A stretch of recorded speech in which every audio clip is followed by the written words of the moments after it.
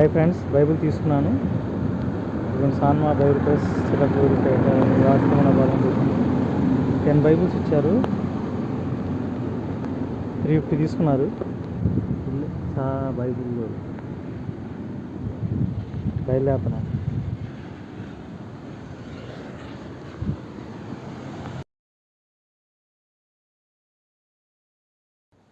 ఈరోజు బాగా వర్షం పడుతుంది ఫ్రెండ్స్.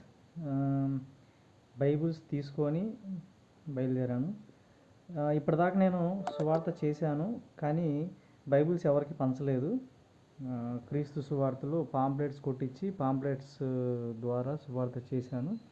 బైబిల్స్ గురించి నాకు తెలియదు, తక్కువలో ఎక్కడ దొరుకుతాయా అని చెప్పని నేను చిలకలూరుపేట నుంచి ఒంగోలు పని మీద వెళ్తూ ఉండగా పక్కన దారిలో బోర్డు ఒకటి కనపడింది, బైబిల్స్ ప్రెస్ అని. ఈ బోర్డు ఒకటి కనపడటం వల్ల నేను అది చూసి వాళ్ళకి ఫోన్ చేశాను. ఫోన్ చేస్తే వాళ్ళు ఏమన్నారంటే, ఉంటాయండి బైబిల్స్ అని చెప్పి అన్నారు. సరే, నాకు కొంచెం తక్కువలో కావాలండి, నేను సువార్త చేస్తాను, నాకు కొంచెం తక్కువలో కావాలని చెప్పంటే వాళ్ళు బైబిల్స్ ఇచ్చారు. ఒక బైబిల్ కాస్ట్ వచ్చేసరికి 50 రూపీస్ చెప్పారు.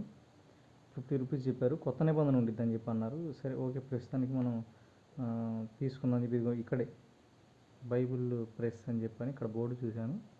బోర్డు చూసి ఆగి వాళ్ళకి ఫోన్ చేశాను. ఇదే మీరు చూసేదే బైబిల్ ప్రెస్. ఇక్కడ బైబిల్స్ కూడా ప్రింట్ చేస్తారంట.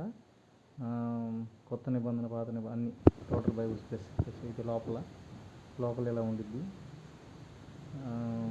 ఈ బుక్ లోపల బైబిల్స్ స్టోర్. ఇది చాలా రకాల బైబిల్ చూశాను, అన్నీ కొత్తగా ఉన్నాయి బైబిల్స్, కొత్త బైబిల్స్. అక్కడ మీకు ఎదురు కనపడుతుంది కదా, అక్కడ ప్రింటింగ్ ప్రెస్ చేస్తారంట.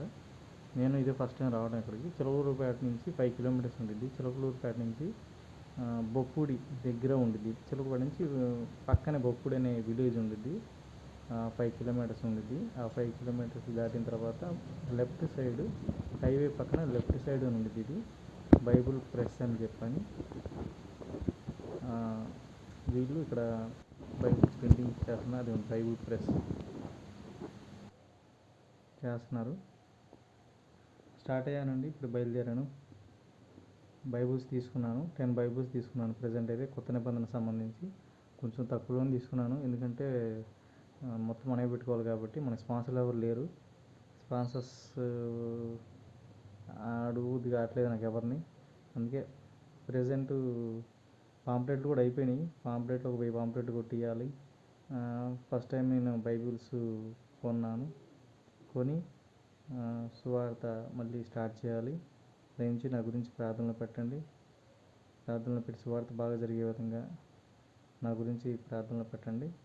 బైబిల్స్ ఫ్రీగా ఎక్కడ దొరుకుతాయి, లేకపోతే కొంచెం తక్కువ కాస్ట్ ఎక్కడ దొరుకుతుందని చెప్పని సువార్త చేసే వాళ్ళు యూట్యూబ్లో కొంతమంది సువార్త చేస్తున్నారు. వాళ్ళందరికీ కూడా అడిగినా కూడా వాళ్ళు ఏమీ రెస్పాండ్ అవ్వలేదు. నాకు రెస్పాండ్ అవ్వకపోయేసరికి సరే మనమే ప్రయత్నం చేద్దాం అని చెప్పి దేవుడు ప్రేయర్ చేశాను.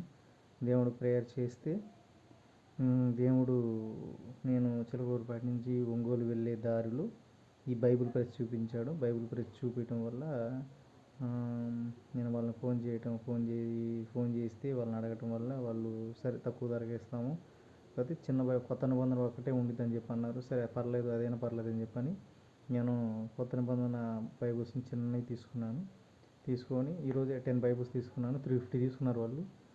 అంటే తగ్గించండి, 50 రూపీస్ చెప్పారు బైబిల్ వచ్చేసరికి. తగ్గించండి అని చెప్పంటే నేను రిక్వెస్ట్ చేశాను వాళ్ళని, ఇట్లా నేను సువార్త చేస్తానండి, క్రీస్తు పత్రాలు పంచుతూ ఉంటాను, సువార్త ఇవ్వండి అని చెప్పాను.